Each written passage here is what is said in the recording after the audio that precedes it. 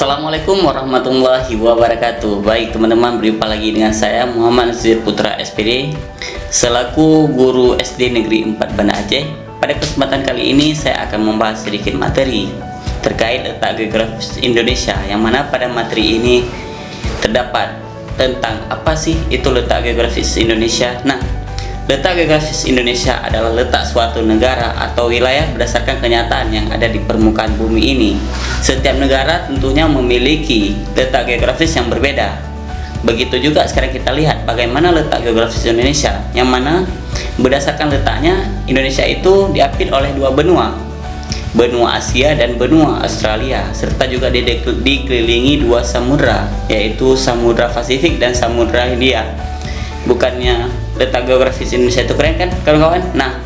Selain kerennya di bagian diapit oleh dua benua dan dua samudra, Indonesia juga merupakan sebuah negara maritim, yang mana negara maritim itu merupakan negara yang paling banyak pulau-pulaunya, yang mana kita tahu bahwa negara Indonesia itu memiliki negara maritim itu merupakan negara yang paling banyak pulau-pulaunya, yang mana kita tahu bahwa negara Indonesia itu memiliki 17.000 pulau.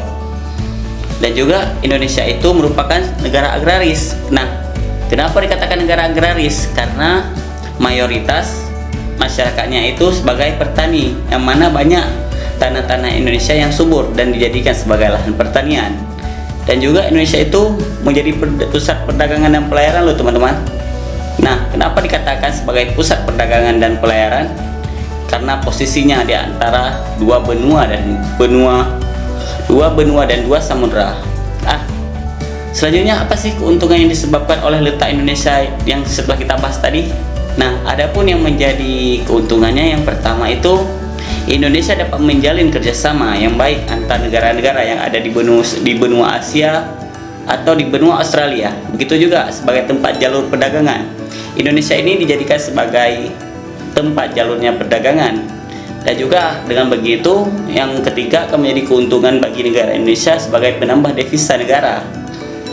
Yang keempat, kita ini akan kaya apa? Kayak akan beragam bahasa, yang mana di Indonesia ini ada beragam bahasa, bukan cuma bahasa Indonesia, tentunya ada berbagai bahasa, dari bahasa Aceh, bahasa Jawa, dan bahasa lainnya.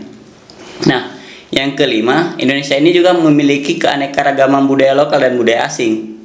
Jadi dipengaruhi oleh yang tadi, karena Indonesia letaknya yang strategis diapit oleh dua benua dan dua samudra, Indonesia ini juga kaya budaya lokalnya, juga budaya asingnya begitu.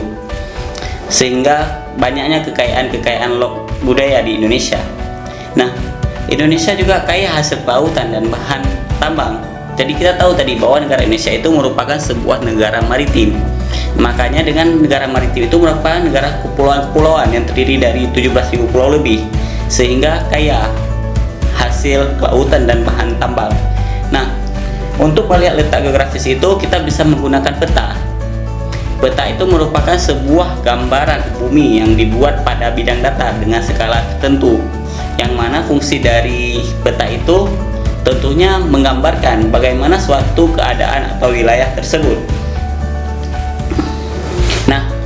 Adapun unsur-unsur peta itu yang harus kita pahami, yang pertama itu judul peta. Tentunya di dalam suatu peta itu memiliki judul peta, yang mana itu untuk menunjukkan isi yang digambarkan dalam peta itu.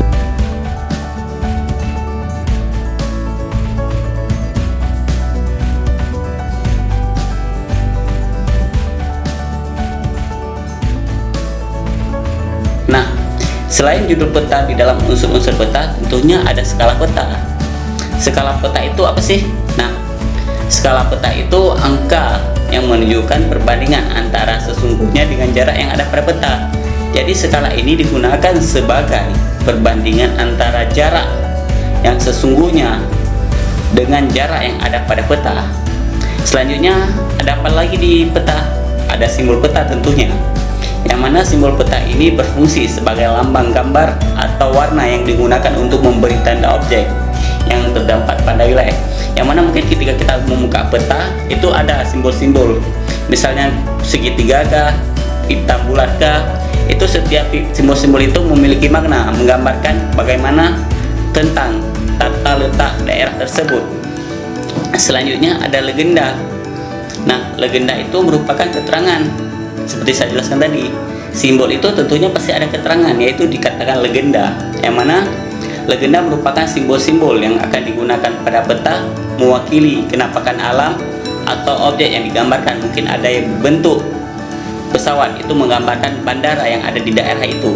Selanjutnya ada inset, yang mana inset itu berbentuk peta kecil yang disisipkan untuk memperjelas salah satu bagian dari peta dan menunjukkan lokasi-lokasi penting dalam bagian peta tersebut.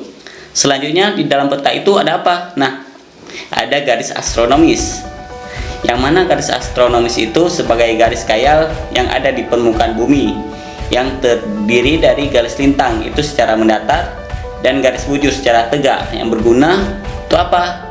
Nah, dengan adanya garis inilah kita akan mengetahui bagaimana posisi suatu objek pada peta umum.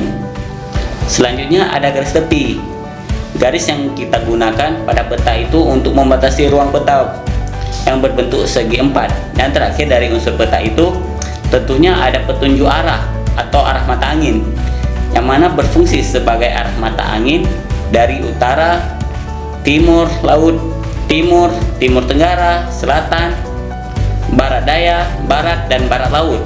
Nah, mungkin sekilas untuk materi hari ini. Sekian dari saya. Assalamualaikum warahmatullahi wabarakatuh.